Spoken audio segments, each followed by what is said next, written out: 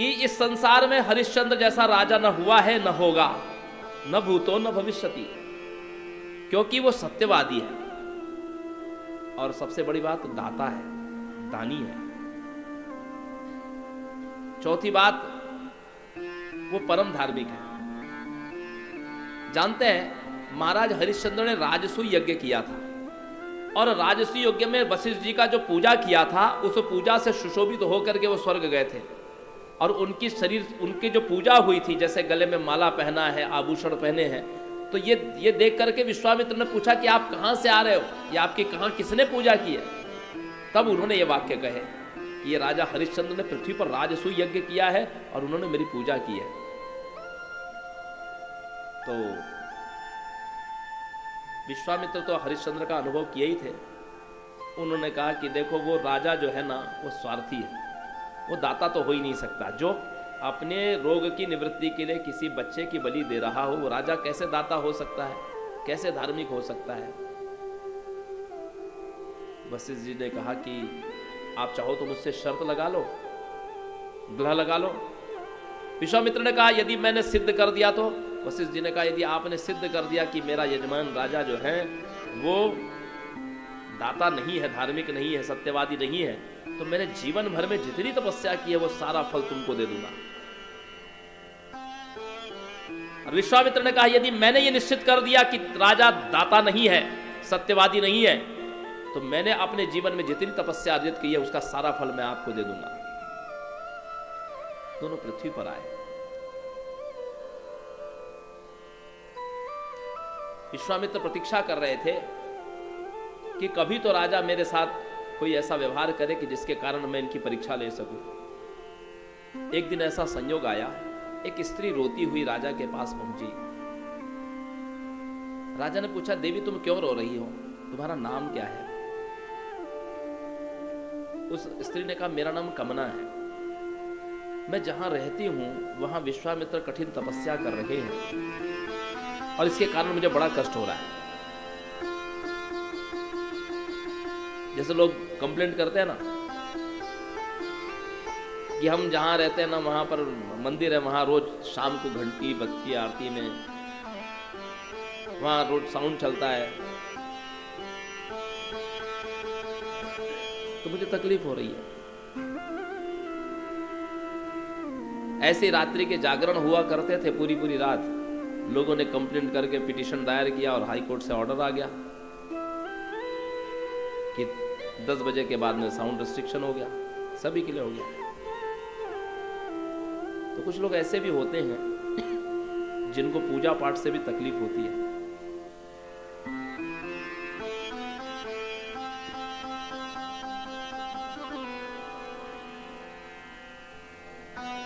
मुझसे यदि आप पूछेंगे तो मैं सच कहूं आपको, मुझसे नमाज से भी कोई दिक्कत नहीं है कि यदि सुबह सुबह नमाज होती है, अजान होती है, मुझे उससे भी कोई डिस्टर्ब नहीं होता है।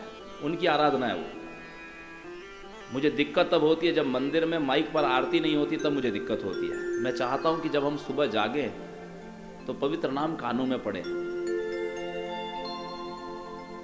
अब मेरी रोज की दिनचर्या, मैं तो हमारे घर के पास के जो मंदिर है वहाँ के पंडित जी को बोलता हूँ आप लोग साउंड क्यों कम रखते हो, सुबह सुबह आरती में बढ़ाया करो। क्योंकि सुबह मैं जब अपने कमरे से निकलता हूँ तो सबसे पहले माता जी के शिखर का दर्शन करता हूँ, कलश का और ध्वजा का दर्शन करता हूँ। ये मेरा नित्य का नियम है, सबसे पहले वही दृश्य देखूंगा। फिर उठने के, फिर उसके बाद में भले बच्चों के चेहरे देखेंगे हम, लेकिन पहले उठते बराबर मंदिर की ध्वजा और शिखर का दर्शन करो। बहुत सालों से नियम है मेरा ये।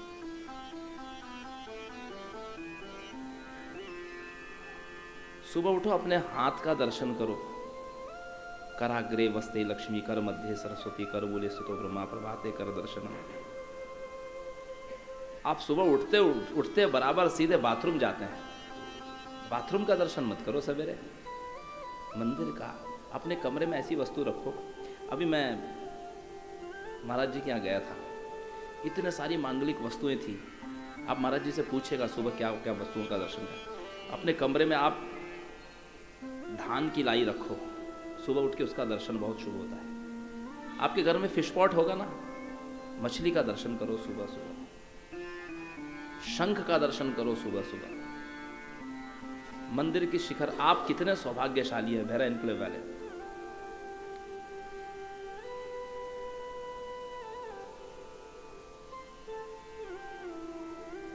सर्दियां आती है, जैसे अक्टूबर महीना आता है ना, तो पूरे देश में हल्ला हो जाता है, दिल्ली पॉल्यूशन, दिल्ली पॉल्यूशन, दिल्ली में स्मॉग है, स्मॉग है, स्मॉग है। सबको लगता है, सब डर जाते हैं, दिल्ली नहीं जाना है, दिल्ली में बहुत प्रदूषण है। अब मुझे तो नहीं दिखा जाता, अब हो सकता है मैं भैरा इनक्लेव से बाहर नहीं निकला इसलिए, लेकिन कितना अच्छा यहाँ पर सामने एकदम बगीचा है, बड़ा सा बगीचा है। और मैं विश्वास दिला रहा हूँ आपको, भले लोग कहे प्रदूषण है, इतने पक्षी मैंने नागपुर में नहीं देखे जितने यहाँ पर देखे हैं। कबूतर देखे हैं, तोता देखे हैं, चील देखे हैं, चिड़िया देखी है। इतने पक्षी हमने नागपुर में नहीं देखे जितने आपके यहाँ दिल्ली में। कौवे देखे, हमारे यहाँ कौवे नहीं मिलते, आपके यहाँ पक्षी है। और उससे भी बड़ी बात यह है कि आपके यहाँ कोई जीव जंतु भूखा नहीं है। घनी जी सवेरे एक बोरा भर के बिस्कुट बांटते रहते हैं, कोई दाने डाल रहा है, कोई मक्का डाल रहा है, कोई बाजरा डाल रहा है। ये बहुत अच्छी बात है।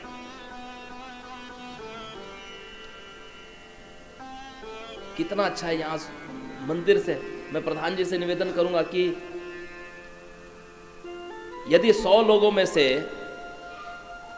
80 लोग भी इस बात का समर्थन करें, 70 लोग भी इस बात का समर्थन करें कि सुबह सुबह मंदिर से सुंदर ध्वनि में आरती हो माइक पर, या कोई सत्संग बजे, भले आधा घंटा या 1 घंटा ही बजे, सुप्रभात बज जाए, हनुमान चालीसा बज जाए, ताकि जो लोग जागते हैं सुबह उनके कानों में पड़े। ये बहुत अच्छी चीज है, ऐसा होना चाहिए। हिंदुओं की बस्ती है, इसमें क्या पूजा पाठ से क्या विरोध है।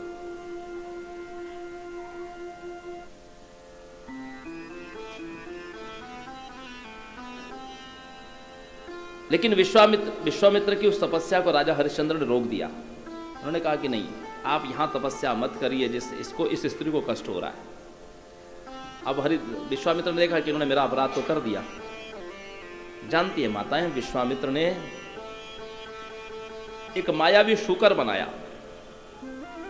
वो शूकर राजा की बगिया को उजाड़ने लगा। सैनिक जब उसको पकड़ने के लिए गए तो उसने सैनिकों को मार दिया।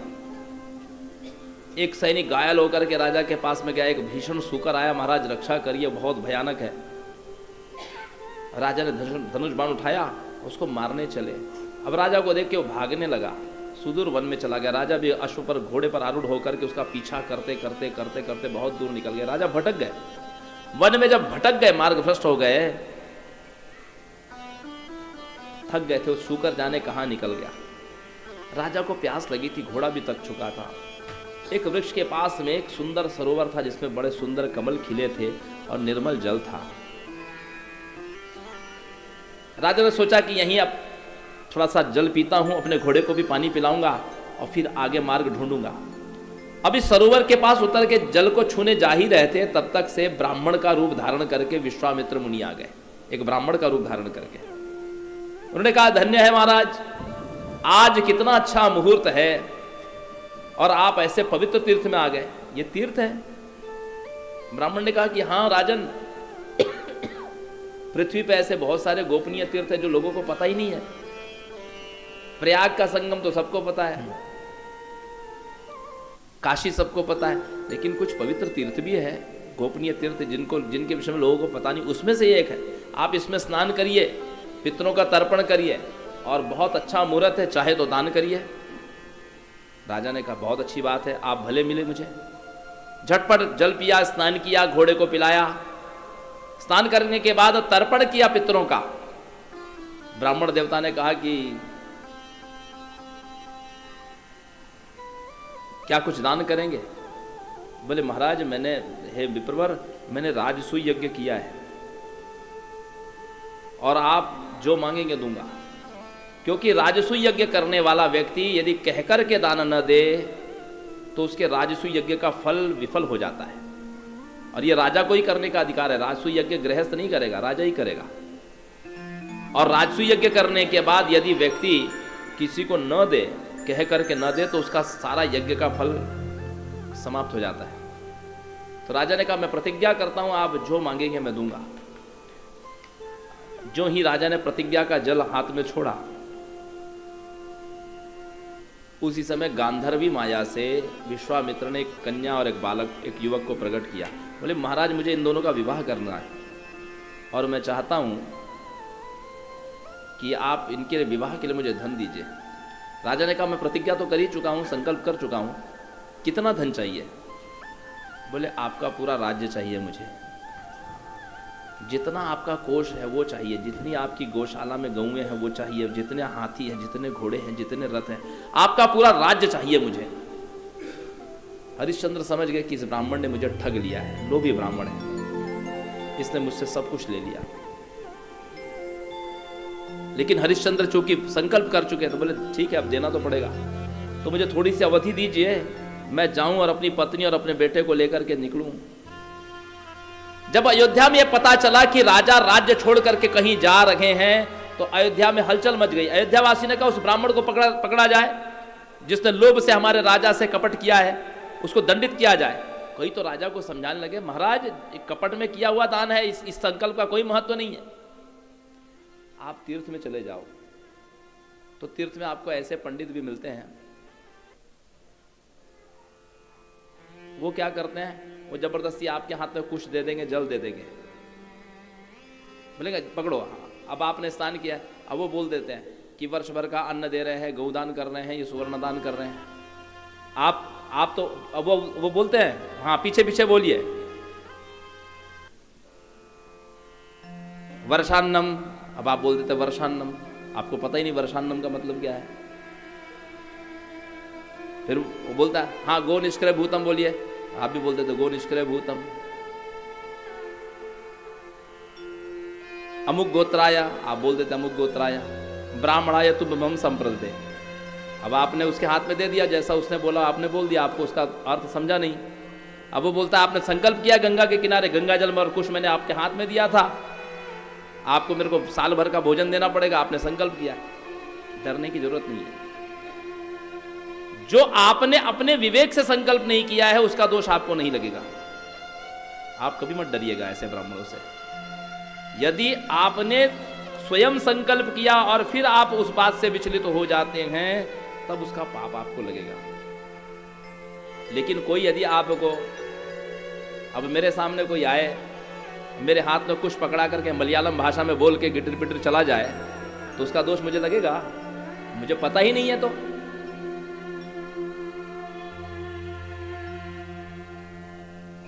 ऐसा दोष नहीं लगता। लेकिन राजा ने तो पहले ही कहा था, अभिमान से कहा था जो मांगोगे मैं दूंगा।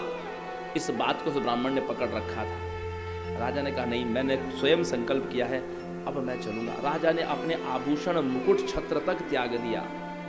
सोचिए जो चक्रवर्ती राजा हरिश्चंद्र चलते थे तो उनके पीछे सुवर्ण का छत्र लेकर के बड़े बड़े राजा चलते थे और लोग सोने की झाड़ू से उनका मार्ग बुहारते हुए बड़े बड़े दिग्गज चलते थे। ऐसे राजा हरिश्चंद्र अपने परिवार को लेकर, अपनी पत्नी शैब्या और पुत्र रोहित को लेकर के काशी की ओर जा रहे हैं। ब्राह्मण आ गया, महाराज आपने तो केवल वस्तु दान की है, इसकी सांगता कहां की है? बिना धन के इसकी सांगता नहीं होती, बिना धन के इसकी सांगता नहीं होती। कितनी आपकी सांगता की दक्षिणा है? बोले महाराज मेरी योग्यता के अनुसार दक्षिणा होती है। देखिए आप लोग थोड़ा सा ना कंफ्यूज रहते हैं, दान और दक्षिणा ये दो अलग अलग चीजें। कोई व्यक्ति दक्षिणा मांगे ब्राह्मण ना, तो आप लोग कहते हैं महाराज ये गलत बात है, दक्षिणा नहीं मांगना चाहिए, दक्षिणा जजमान अपनी शक्ति के नहीं, ये गलत बात। दान और दक्षिणा दोनों अलग अलग चाहिए। दान वस्तु का होता है, जैसे अन्न दान, वस्त्र दान, सुवर्ण दान, रजत दान, गौ दान, ये जितनी भी वस्तु है इसको कहते हैं दान। और ये निसंदेह शास्त्र कहता है दान देने वाले की क्षमता अनुसार दिया जाता है। ब्राह्मण ये नहीं कह सकता कि मुझे आप 1 क्विंटल चावल दे दो, ब्राह्मण ये नहीं मांग सकता। यदि आपकी 1.25 किलो चावल देने की क्षमता है तो आप 1.25 किलो दीजिए उसको, वो आपकी शक्ति के अनुसार दिया जाएगा। समझ में आई बात? ब्राह्मण को दान मांगने का अधिकार नहीं है। यदि ब्राह्मण दान मांगता है तो उसका पतन होता है, उसके पूरे सुकृत क्षीण हो जाते हैं। दक्षिणा उसकी फीस है, दक्षिणा वो अपनी योग्यता के अनुसार मांगेगा, दक्षिणा उसकी फीस है। जैसे डॉक्टर, कुछ डॉक्टर ऐसे भी है जो 100 रुपए में पेशेंट को देखते हैं, कुछ ऐसे भी डॉक्टर है जो 2000 रुपए फीस लेते हैं, उनका कंसल्टिंग चार्ज ही 2000 रुपए है, वो उसकी फीस है। आप मत जाओ उसके पास में, आप 100 रुपए वाले डॉक्टर के पास जाओ, उसमें क्या दिक्कत है? आपको जब पता है, उसने चार्ज बता दिया कि मेरा इतना इतना चार्ज है, तो उसमें फिर दूसरा कोई विवाद तो प्रवाद तो रह ही नहीं गया। ठीक उसी प्रकार ब्राह्मण कह सकता है कि मेरी इतनी दक्षिणा, ये मेरी फीस है, उसको ये मांगने का अधिकार है, शास्त्र से अधिकार है दक्षिणा, लेकिन दान नहीं मांग सकता। दान देने वाले की क्षमता के अनुसार और दक्षिणा लेने वाले की योग्यता के अनुसार होता है। यहां उस ब्राह्मण ने कहा कि मुझे आप 11 करोड़ सुवर्ण मुद्राएं दीजिए। कितनी? 11 करोड़ सुवर्ण मुद्राएं। राजा ने कहा इतना धन तो मेरे पास में है नहीं, सारा राज्य कोष तो आपको दे दिया, मुझे आप 1 महीने का समय दीजिए, मैं आपको दूंगा। राजा काशी पहुंच गए। देखिए, पूरी पृथ्वी के राजा है, लेकिन काशी क्यों गए? इसलिए कि अपनी अयोध्या के राज्य में यदि वो रात बिता ले, जैसे किसी ब्राह्मण को आपने गाय दान करी, गाय दान कर दिया आपने, गौ दान करने के बाद आप उस पंडित जी के यहां गए और पंडित जी ने उसी गाय के दूध की चाय बना के आपको पिला दी, तो आपको प्रतिग्रह का दोष लगेगा। क्योंकि इसीलिए लोग बेटी के यहां का पानी नहीं पीते थे। क्यों नहीं बेटी के यहां का पानी पीते थे? इसीलिए कि हमने बेटी दान की है, जिसको हमने दान किया है, यदि उसके यहां का ग्रहण करेंगे तो हमको दोष लगेगा। तो कब तक नहीं पिए?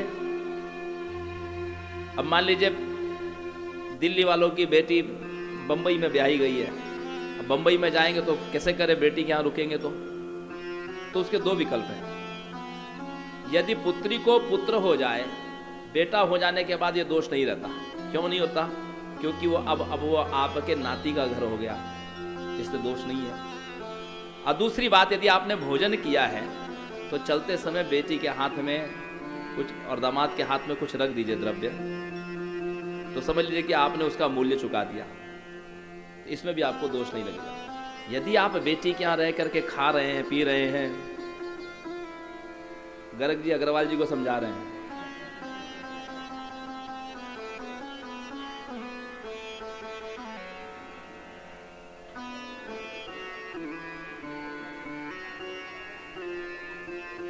कहां से खाएंगे? यही रोड के उस पार रहना है, यहां से यहां आना है, कहां से खाएंगे?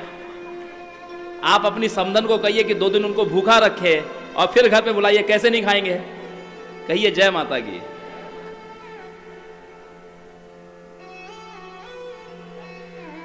तो सज्जनों, माताओं, मुझे 30 दिन का समय दीजिए, उन्होंने कहा। काशी में पहुंचे। काशी किसी राजा की नगरी नहीं है, काशी तो भगवान विश्वनाथ की नगरी है, इसलिए वहां तो राजा ठहर ही सकते थे। उस जगह पर 29 दिन बीत गए। ब्राह्मण आया, राजन 1 दिन बचा है। बोले मैं प्रयास तो कर रहा हूं। बोले देखो राजन, यदि आप कह दो कि मैं नहीं दे सकता, तो मैं आपका राज्य भी लौटा दूंगा, सब कुछ लौटा दूंगा। एक बार कह तो दो कि मैं नहीं दे सकता। राजा ने कहा नहीं, ऐसा नहीं हो सकता, मेरा राजसूय यज्ञ का पुण्य क्षीण हो जाएगा, मैं ऐसा कह दूंगा तो। विश्वामित्र कहते देखो, दत्तम न दीयते दानम गृहीता नैव याचते उभौ तो यान्ति नरके छिन्नम रज्जो घटम यथाहा। देने वाले ने कहकर के न दिया और लेने वाले ने उसको याद नहीं दिलाया, तो दोनों को ही नरक के भागी हो जाते हैं, दोनों ही नरक के भागी होते हैं। वो ब्राह्मण भी नरक में जाएगा जिसको लेना है और उसे याद नहीं दिलाया, और वो यजमान भी नरक में जाएगा जिसने कह करके नहीं दिया।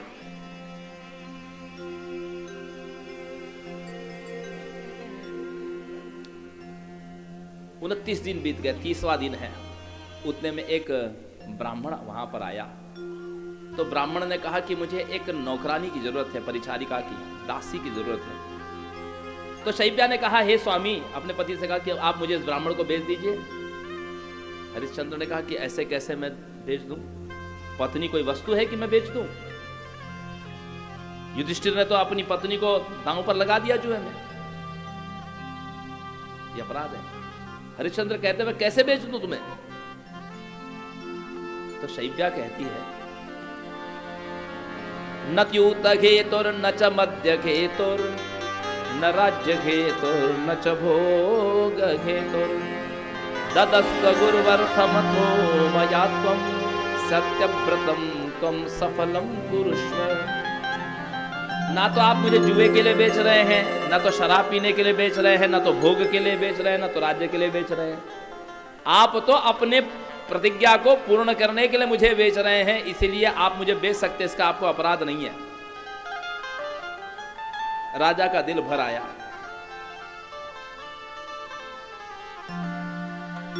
राजा का पतन ना हो इसीलिए पत्नी अपने आप को बेच। पत्नी किसको कहते हैं? पतना त्रायते यस्मात् पत्नी ही सा उच्चते।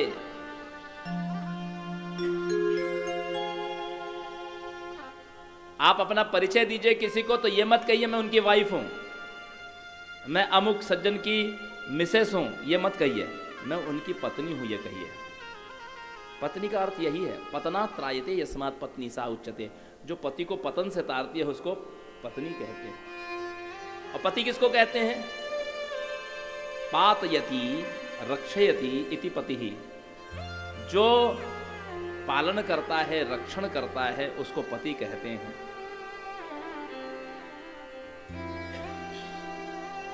माताएं गर्व से कहती हैं कि ये मेरे हस्बैंड है। हस्बैंड कौन सी धातु से उत्पन्न है? क्या हो रहा है? प्रधान जी से मैंने पूछा अभी हस्बैंड किसको कहते हैं? प्रधान जी कह रहे हैं कि जिसकी बैंड बजते रहती है वो तो भी हंसते रहता है, उसको हस्बैंड।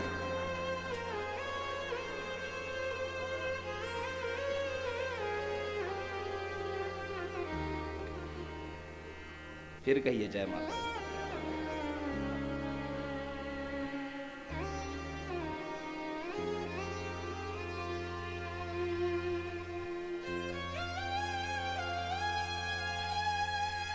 राजा ने पूछा कि हे विप्र, मैं अपनी पत्नी को बेचना चाहता हूं।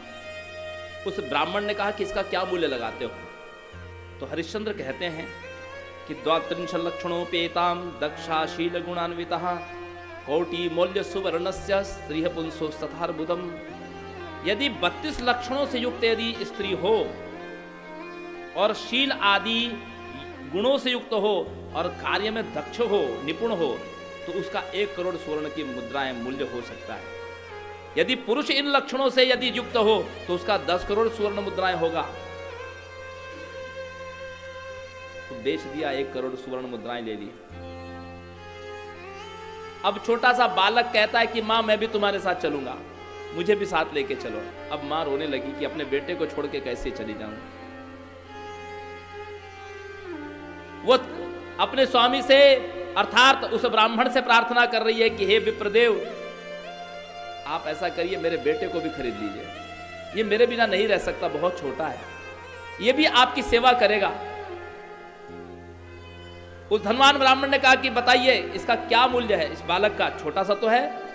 उसने कहा कि राजन आप इसके पैरों के पाद तल देखिए, इसके चरणों में चक्रवर्ती राजा के लक्षण है, इसका तो 10 करोड़ सुवर्ण मुद्राएं मूल्य होना चाहिए। ब्राह्मण ने 11 करोड़ सुवर्ण मुद्राएं दे दी और विश्वामित्र रूपी ब्राह्मण जब आए तो राजा ने उनको दे के धन कह दिया कि अब आपकी दक्षिणा पूरी होगी सांगता की।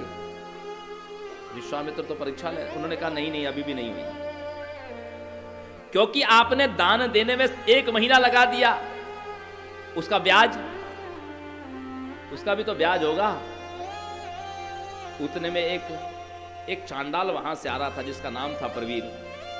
उसने कहा कि मुझे एक दास की आवश्यकता है, मुझे काशी से दक्षिण की जितनी भूमि है वो सब मेरी है, मैं उसको मणियों से जटित करके दे सकता हूं, इतना धन है मेरे पास में, मुझे लेकिन श्मशान में सेवा के लिए एक दास चाहिए। हरिश्चंद्र ने कहा ब्राह्मण से, विश्वामित्र से कि आप मुझे इस चांडाल का दास मत बनाइए, क्योंकि जो दुखी परिवार से भी कर लेता है मैं ये पाप नहीं कर सकता, आप और किसी को मुझे बेच दीजिए, चांडाल को मत बेचिए। एक तो तुम दास हो ऊपर से तुम राजाओं की जैसी बात करते हो, अब तो मैं तुम्हें इसी चांडाल को बेचूंगा। ब्राह्मण ने उस प्रतीप उसे बहुतेरे धन लेकर के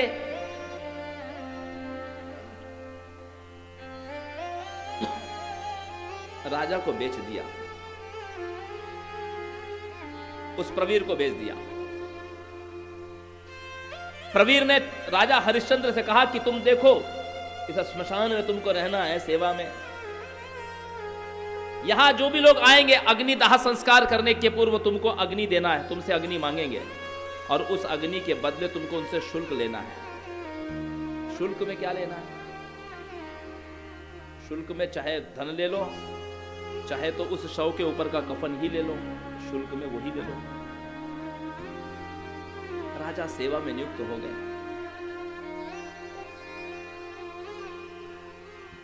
राजा जिसके मस्तक पर सुवर्ण का मुकुट हुआ करता था, वो राजा चिता भस्म रजो लिप्त मुख बाहु करंग्रिकः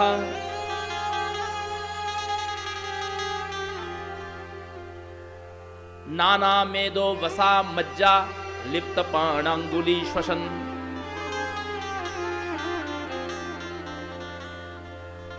नाना शवोदन कृत छुन्न वृत्ति परायणः तदीय माल्य संश्लेषः कृतमस्तक मंगलम।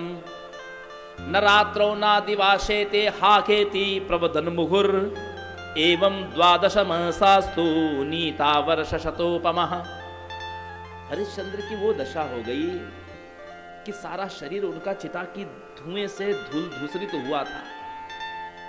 चिता से उड़ने वाली धूम्र राशि से पूरा चेहरा काला पड़ गया और ये हाथों की उंगलियां शवों के जले हुए चर्बी और मांस से सनी हुई थी। भूख लगती तो भोजन बनाने का समय नहीं है, कहां से भोजन बनाए। वो तो जो लोग पिंडदान करने के लिए जो भात पकाते थे उसमें उस पिंड को तो चिता में जला देते, लेकिन जो थोड़ा सा भात बच जाता पत्तल में उसी को खा करके अपनी भूख को शांत करते।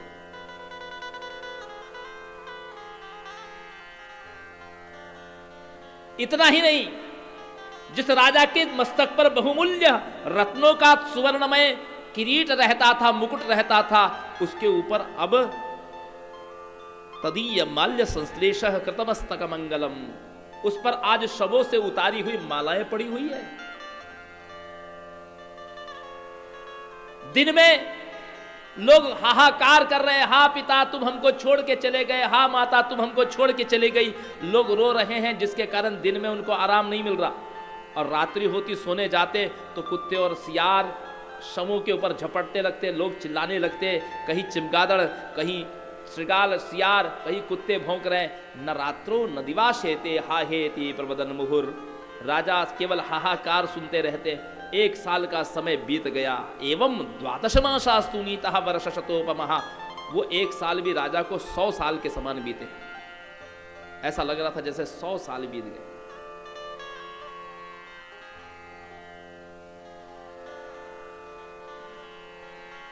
इधर शैव्या जो दिन रात उस ब्राह्मण की सेवा करती रहती, क्योंकि उसकी पत्नी बीमार थी और सारे गृह कार्य इन्हीं को शैव्या को करना पड़ता था। जिसकी सेवा हजारों दास दासियां करती थीं, वो स्वयं दासी बन करके शैव्या उस ब्राह्मण की सेवा कर रही है। जूठे बर्तन मांजना, नित्य बड़े से उसकी कोठी में दिन रात झाड़ू पोछा करना, पानी भर के लाना, सारे कार्य शैव्या की दुर्दशा तो ये हो गई थी, उसकी आंखें भीतर धंस गई थी और गाल भीतर अंदर धंस गए थे। शरीर से पूरी कांति चली गई थी। बालों को तो कई महीनों से नहीं संवारा था। साड़ी फट करके जर्जर हो गई थी। आभूषण के नाम पर कुछ भी नहीं था। शरीर एकदम दुर्बल हो चुका था। ऐसी शैव्या की दशा हो गई थी। और पुत्र रोहित भी अपने स्वामी की सेवा के लिए दिन रात बेचारा दौड़ता रहता। एक बार वन में कुछ लेने के लिए गया था तो सांप ने, एक काले सर्प ने काट दिया और उसकी वहीं पर मृत्यु हो गई रोहित की। कुछ बालकों ने उसके शव को खींचा और चौराहे पर ला करके छोड़ दिया। बालकों ने शैव्या को बताया, तुम्हारे बालक को सांप ने काट दिया है। रोती बिलखती हा पुत्र कह के दौड़ पड़ी द्वार पर दंड लेकर के। अब ब्राह्मण खड़ा हो गया। अरे पापिनी कुलक्षणी, ये सायंकाल के समय तू रुदन क्यों करती है? ये अशुगुन होता है। अब तेरा पुत्र जाना था तो मर गया, उसके लिए अब तू सारे कार्य छोड़ देगी? और ये सब काम कौन करेगा? तेरा पति आके करेगा। मैंने तुझे इतना मूल्य देकर के खरीदा है। शैब्या ने कहा, हे स्वामी ऐसा मत करिए, मेरा पुत्र मृत्यु को प्राप्त हो जाएगा। उसको सर्प ने काटा है। ठीक है, पहले ये घर के सारे काम पूरे करो, फिर चली जाना अपने पुत्र के शव पर रोने के लिए। सारे कार्यों को संपन्न करके रात्रि आरंभ हो चुकी थी। शैब्या चौराहे पर पहुंची, अपने पुत्र को गोद में रख करके शैब्या रो रही है। और वहीं से नगरपाल आ रहे हैं, नगर के चौकीदार। उधर से प्रवीर आ रहा है। नगरपालों ने कहा कि देखो, लगता है कोई ये डाकिनी है, लगता है इस चुड़ैल ने किसी का बच्चा चुराया है, ये अब उसको मार के खाना चाहती है। उन्होंने प्रवीर से कहा, प्रवीर के साथ में राजा हरिश्चंद्र थे। प्रवीर से कहा, तुम इसको जानते हो? प्रवीर ने कहा, हाँ हाँ मैंने देखा है, ये चुड़ैल है, ये डाकिनी है, ये बच्चों को मार के खाती है। अच्छा, तो इसको दंड दो। प्रवीर ने हरिश्चंद्र से कहा कि इसको इसी समय मृत्यु दंड दो। हरिश्चंद्र ने कहा कि यदि आप मुझे अभी आदेश दें स्वामी, तो मैं इंद्र को हरा करके आपके चरणों में झुका सकता हूं, लेकिन स्त्री वध मैं नहीं कर सकता। इस पर आप दया करिए, बेचारी ये कोई विपत्ति की मारी अबला है। यद्यपि राजा हरिश्चंद्र अपनी पत्नी और पुत्र को पहचान नहीं पाए। उन्होंने कहा कि हे देवी, तुम इसको ले चल के स्मशान में इसकी क्रिया करो, क्योंकि ये मृत्यु को प्राप्त हो चुका है। राजा चिता तैयार कर रखे हैं और गोद में शैब्या अपने बालक को लेकर के कह रही है कि हा शिशो बाल हा वत्स रोहिताख्य कुमार का रे पुत्रम प्रतिशब्दम में कस्मात् तुम न प्रयक्षति तवाहम जननी वत्स किम न जानसि पश्य माम देश त्याग राज्य नशो पुत्र भर्ता स्विक्रयात्। हे पुत्र, हे रोहित, मेरे लाल, तुम क्या मुझे नहीं पहचानते? कुछ बोलो तो सही, आंखें तो खोलो, मैं तुम्हारी मां हूं। तबाह में जननी बस, क्या तुम मुझे नहीं पहचानते? हे पुत्र, देश त्याग राज्य नाश पुत्र भरता सुविक्रयात् तद्दासी त्वात् जीवामि त्वाम दृष्ट्वा पुत्र केवलम। मेरा देश छूट गया, मेरा राज्य छूट गया, मेरे पति ने मुझे बेच दिया, लेकिन मैं फिर भी नहीं रोई। जानते हो क्यों? क्योंकि तुम्हें अपनी नजरों के सामने देखती थी तो मुझे संबल मिलता था, तुम ही मेरी आस थे। अब तुम मुझे छोड़ करके जा रहे हो तो मैं किसके सहारे जीऊंगी? अब मेरा इस संसार में कौन सहारा है? हरिश्चंद्र चिता तैयार कर रहे थे, उनके कानों में शब्द पड़े, रोहित, क्या ये मेरा पुत्र है? राजा ने निकट से जाकर के देखा, अरे ये मेरा पुत्र रोहित। उन्होंने शैब्या को देखा, पहचान नहीं पा रहे, 1 साल का समय बीत चुका था, ये मेरी पत्नी है, इसकी ऐसी दुर्दशा। धिक्कार है मेरे जीवन को, अब मैं जीवित नहीं रहूंगा। राजा ने कहा, ठीक, अब तो मैं 2 चिता तैयार करूंगा, एक अपने पुत्र के लिए और एक चिता पर हम दोनों पति पत्नी आरूढ़ हो जाएंगे।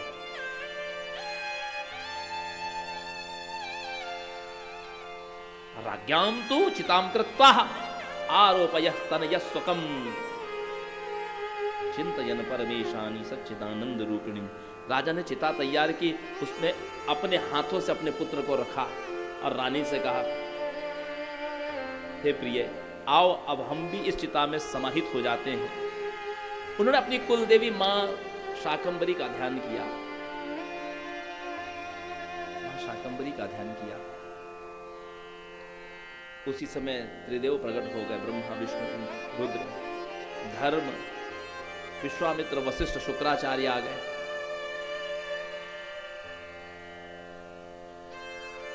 ब्रह्मा जी ने कहा कि हे राजन, तुमको अब आत्मदाह करने की आवश्यकता नहीं है।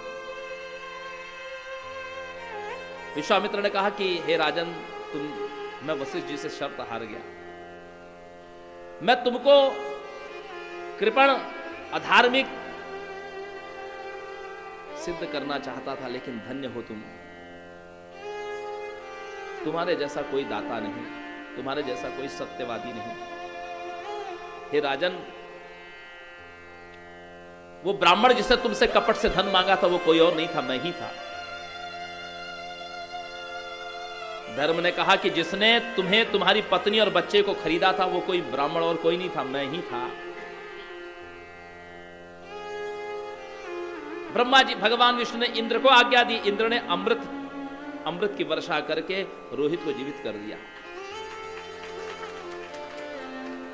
रोहित जीवित हो गया। भगवान हरि ने आदेश दिया कि हे इंद्र, इन राजा को लेकर के स्वर्ग जाओ, विमान लेकर के आओ। हरिश्चंद्र ने कहा नहीं, मैं स्वर्ग नहीं जाऊंगा। राजा के दुख सुख की साथी होती है प्रजा। मैं अपने अयोध्यावासी प्रजा को छोड़ करके अकेले स्वर्ग कैसे चला जाऊं? तो भगवान ने आदेश दिया इंद्र को। इंद्र ने अनेक विमान बुलवाए स्वर्ग से, और जितने अयोध्यावासी थे सबने अपने अपने पुत्रों को घर की चाबी दे दी। ये अब घर की व्यवस्था तुम संभालो। और सब राजा के साथ में सारे अयोध्यावासी जितने भी जिनकी कार्य पूरे हो चुके थे जीवन के, ये सब विमान पर बैठ करके स्वर्ग जा रहे थे। इस दृश्य को देख करके शुक्राचार्य कहते हैं